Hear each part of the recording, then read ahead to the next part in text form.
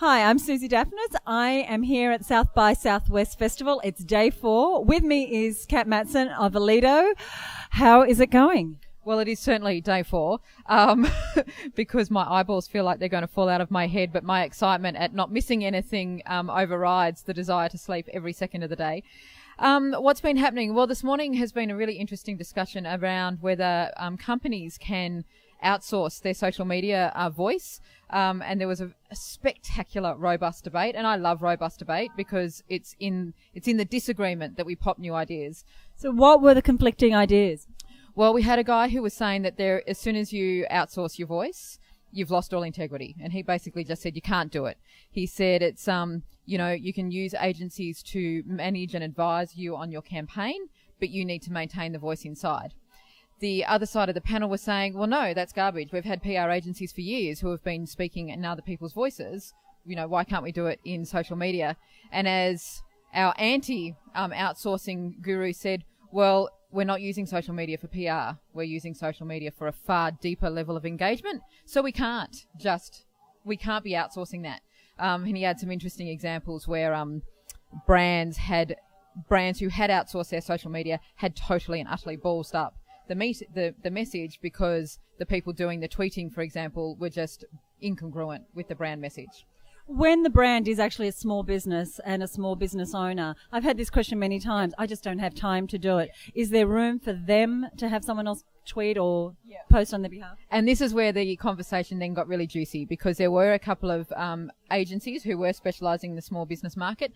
And that's what they said. They said, I would much prefer for these businesses to at least be engaging online and at least be using social media. But at the moment, they still don't get it. They don't know how to do it.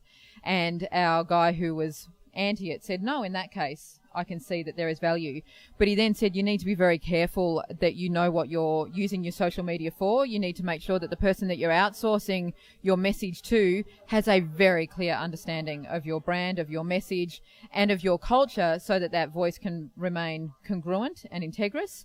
I still have concerns, though, in terms of they were saying, you need to have full disclosure if that's what you're going to do. And so then I have concerns that if as an agency I'm representing 5, 6, 7, 8 different brands at any one time, what happens if some of those voices aren't necessarily competitive but aren't also necessarily congruent? I think you start diluting the message. So I think we still need to find a way to advise, to manage, and to do a bit of message outsourcing.